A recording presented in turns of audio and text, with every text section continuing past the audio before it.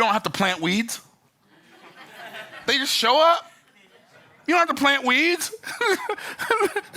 No, what are you doing? I'm planting some weeds. No, you don't have to do that. And if you don't take a bath, you're not going to get cleaner over time. You're not going to smell better over time.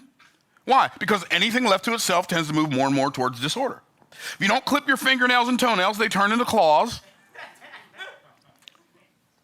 Some people actually intentionally go get their fingernails turned into claws, but that's another conversation for a different day. Okay.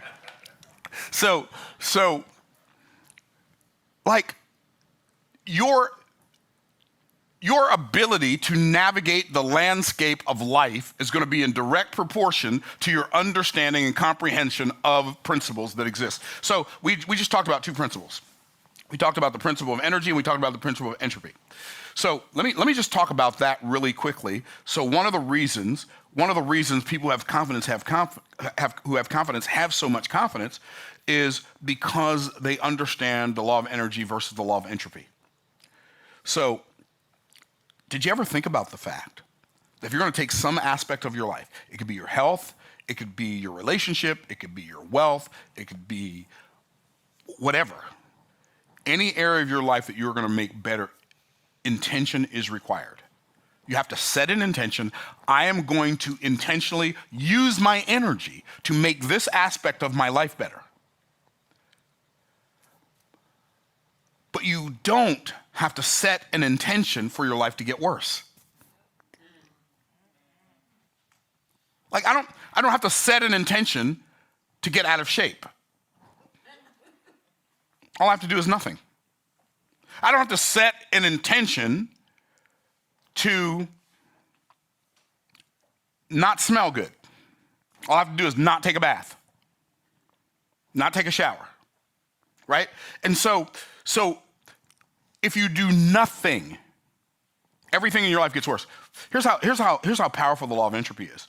If you buy a piece of real estate in the United States of America, you get this thing called depreciation, and you can accelerate the depreciation. What does that mean? The government says that if you buy this piece of real estate and you do nothing to it, in 27 and a half years, it will be worth nothing.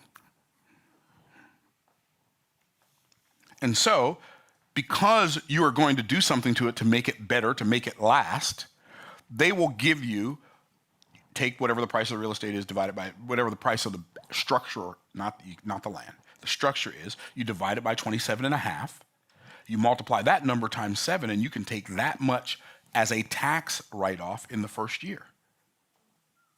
Wow, that's crazy, right?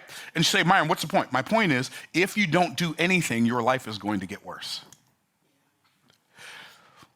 In order to have progress, intention is required.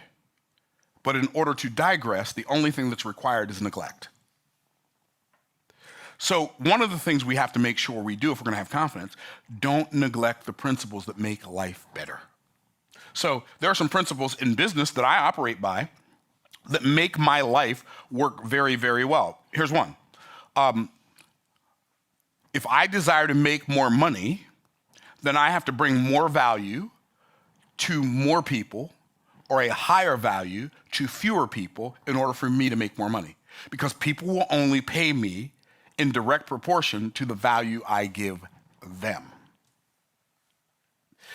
Like, well, no, but people should pay me based on how hard I work. Well, let's say you work really hard and you go out to some remote area in the middle of Oklahoma and you dig a ditch with a shovel. And that ditch is 10 feet deep, 10 feet wide, 10 feet deep and 10 feet square. You dig that's a big ditch. And you dug it with a shovel. That's some really hard work. How much are you going to get paid? Well, nothing unless somebody wants a hole that deep. It's not how hard you work that makes the work valuable. It's who values the work that makes the work valuable.